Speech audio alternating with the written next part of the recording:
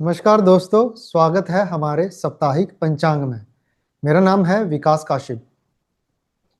नमस्ते और मैं हूं शालिनी मिश्रा। आइए जानते हैं 23 मार्च 2026 से 29 मार्च 2026 तक का पूरा सप्ताह कैसा रहने वाला है। इस सप्ताह के प्रमुख योग, तिथियां, व्रत, त्योहार, ताकि आप अपने इस पूरे वीक को यानी कि सप्ताह को उसकी योजना शुभ समय के अनुसार बना सकें।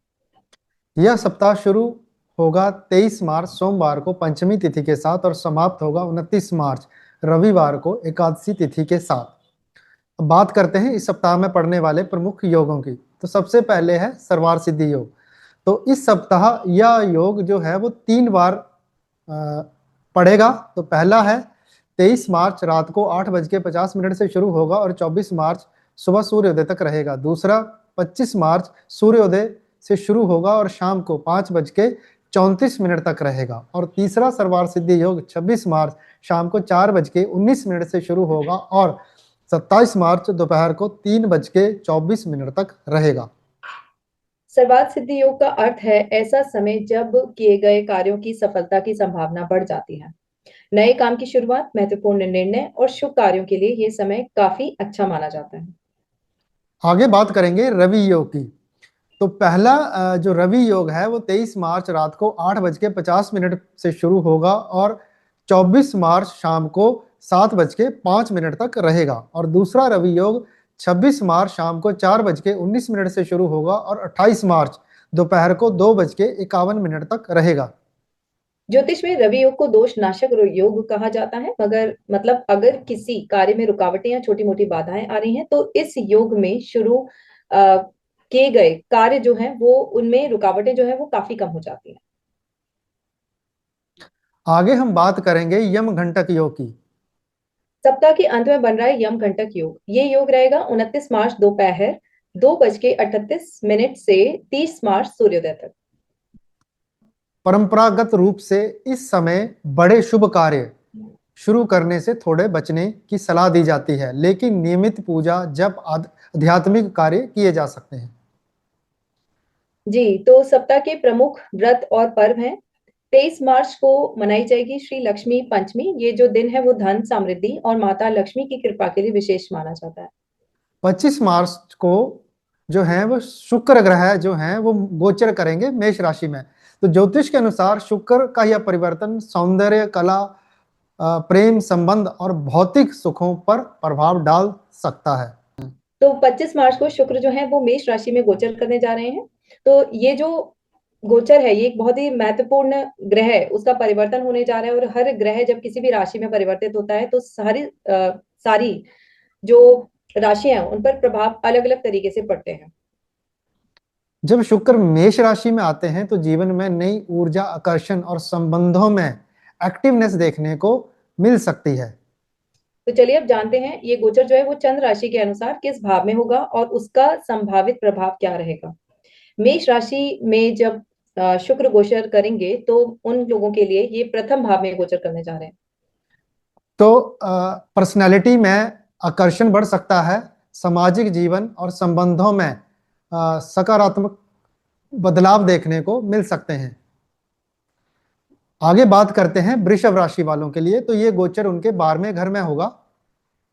जी, तो उस 12वें घर जो होता है वो खर्च का होता है, तो खर्च बढ़ सकते हैं, खासकर सुख सुविधा या यात्रा से जुड़े मामलों में आप खर्चा अपना ज्यादा कर सकते हैं या विदेश से जुड़े अवसर भी बन सकते हैं। मिथुन राशि वालों के लिए ये जो गोचर है वो 11वें भाव यानी कि एकादश भाव में होगा। यह गोचर आय और लाभ के नए अवसर ला सकता है। मित्रों और नेटवर्क से फायदा मिलने की संभावना है। आगे बात करेंगे कर्क राशि वालों अ, आगे बात करेंगे कर्क राशि वालों की। तो कर्क राशि वालों को ये गोचर 10वें घर में या 10वें भाव में होगा। जी, तो 10th हाउस यानी कि प्रोफेशन, करियर का घर है, तो करियर और कार्य क्षेत्र में नए अवसर बन सकते हैं। क्रिएटिव और कला से जुड़े कामों में लाभ मिल सकता है। सिंह राशि वालों के लिए शुक्र जो है वो नवम भाव में गोचर करेंगे। भाग्य का सहयोग मिल सकता है। यात्रा, शिक्षा और आध्यात्मिक गतिविधियों में रुचि बढ़ सकती है। आगे बात करेंगे कन्या राशि वालों की। तो कन्या राशि वालों को ये गोचर जो है वो 8वें भाव में होगा।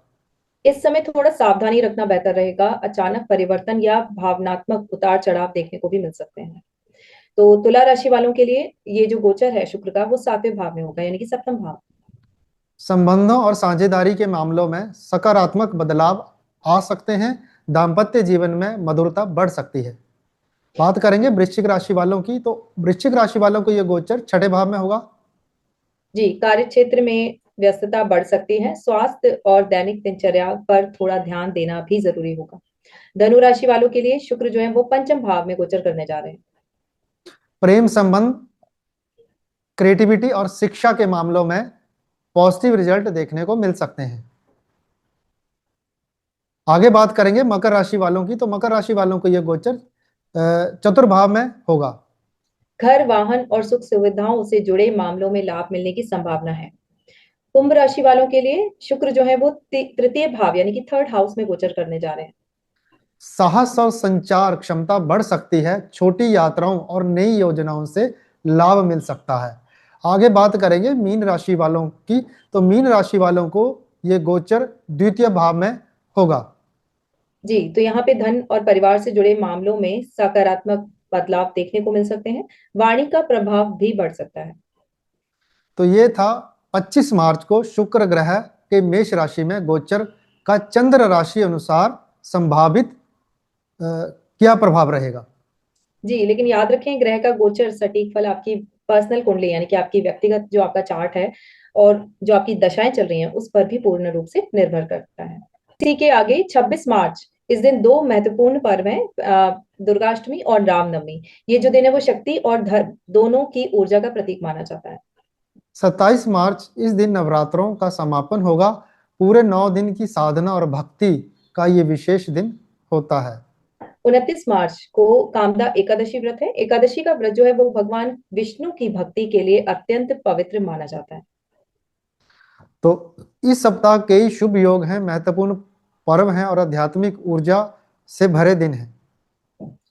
जी, तो अगर आपने अभी तक चैनल को सब्सक्राइब नहीं किया है तो इसे जरूर कर लीजिए, क्योंकि हर सप्ताह हम आपके लिए लाते हैं पंचांग की सरल, रोचक और उपयोगी जानकारी।